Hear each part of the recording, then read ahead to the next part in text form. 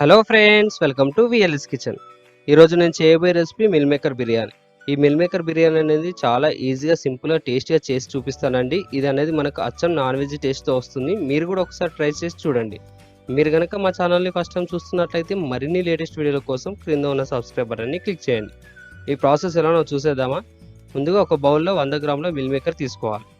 ఇందులో హాట్ వాటర్ని యాడ్ చేసుకోవాలి. ఈ హాట్ వాటర్ పోసిన తర్వాత దీనిపైన మూత పెట్టి ఒక 5 నిమిషాల పాటు పక్కన పెట్టుకోవాలి. ఇప్పుడు 5 నిమిషాల తర్వాత మూత తీసి చూసుకోవాలి. ఇలా మిల్ మేకర్ని హాట్ వాటర్లో వేయడం వల్ల మనకు మిల్ మేకర్ అనేది పర్ఫెక్ట్గా ఉడికిపోతుంది. ఇప్పుడు ఇందులో ఉన్న వాటర్ని మొత్తం రిమూవ్ చేసేసుకుని ఒక బౌల్లో వేసుకొని దీన్ని మనం పక్కన పెట్టుకోవాలి. ఇందులో 2 టేబుల్ స్పూన్ మైదా, 2 table spoon cornflour, 1 table spoon కారం పొడి, 1 టేబుల్ స్పూన్ ఉప్పు మీ టేస్ట్కి సరిపడా వేసుకోవాలండి. అలానే 1 టేబుల్ స్పూన్ ధనియాల పొడి వేసి మొత్తం దీన్ని కలిసేలాగా కలుపుకోవాలి. ఈ పొడులు మొత్తం మిల్ మేకర్కి కలిసేలాగా కలుపుకోవాలండి. వాటర్ అనేది ఏం పోయాల్సిన అవసరం లేదు. ఇలా వేసుకొని పక్కన పెట్టుకోవాలి. ఇప్పుడు డీప్ ఫ్రైకి సరిపడా ఆయిల్ వేసుకొని ఆయిల్ హీట్ అయిన తర్వాత ఒకదాని తర్వాత ఒకటి మ్యారినేట్ చేసిన మిల్ మేకర్ని యాడ్ చేసుకోవాలి. మనం ఒకేసారి వేస్తే ముద్దలాగా అవుతుంది కాబట్టి ఒకటి ఈ విధంగా వేసుకోవాలి. ఇలా ప్యాన్లో ఎన్ని పడితే అన్ని వేసేసుకోవాలండి. వీటిని మనం 2 నిమిషాల పాటు మీడియం ఫ్లేమ్లో అలానే ఉంచాలి. ఇప్పుడు మనం ఒక స్పూన్ సహాయంతో ఈ విధంగా మిల్ మేకర్ని కదుపుతూ ఉండాలి. చూడండి, మనకి ఈ కలర్లో వస్తే సరిపోతుంది. కొద్దిగా గోల్డెన్ కలర్ వస్తే సరిపోతుంది. మరీ ఎక్కువసేపు ఉంటే మాడిపోతాయి. ఈ విధంగా అయిన తర్వాత వీటిని మొత్తం ఇలా ఒక స్పూన్ సహాయంతో తీసేసుకోవాలి. ఇలా తీసుకున్న తర్వాత ఒక ప్లేట్లో టిష్యూ వేసుకొని దాంట్లోకి ట్రాన్స్ఫర్ చేసుకోవాలి. టిష్యూ వేసుకోవడం వల్ల మనకు ఆయిల్ అనేది అబ్జర్వ్ చేస్తుంది.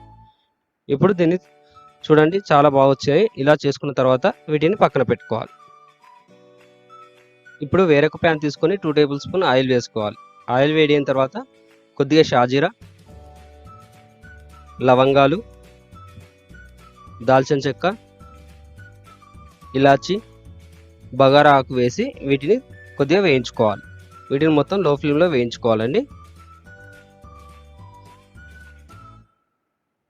చూడండి, ఈ విధంగా కొద్దిగా కలర్లోకి వచ్చిన తర్వాత ఇందులో కట్ చేసి పెట్టిన పచ్చిమిర్చి, ఉల్లిపాయ ముక్కలు, అలానే కరివేపాకు రెమ్మలు వేసి వేయించుకోవాలి.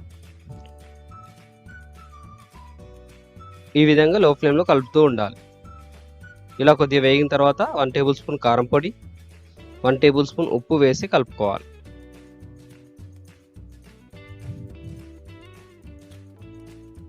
ఇందులో ఇప్పుడు 1 table spoon soya sauce, 1 table spoon red chilli sauce, 1 table spoon vinegar వేసి మొత్తం కలుపుకోవాలి. ఈ సాసులు వేయడం వల్ల మనకు బిర్యానీ అనేది చాలా టేస్ట్గా వస్తుందండి. ఇప్పుడు ఇందులో ముందుగా ఫ్రై చేసి పెట్టిన మిల్ మేకర్ని యాడ్ చేసుకోవాలి. ఈ మిల్ మేకర్ని మొత్తం కలిసేలాగా కలుపుకోవాలి.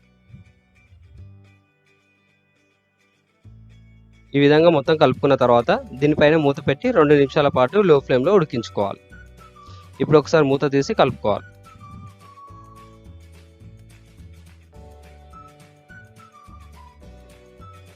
ఇందులో ముందుగా ఉడికించిన రైస్ని యాడ్ చేసుకోవాలి.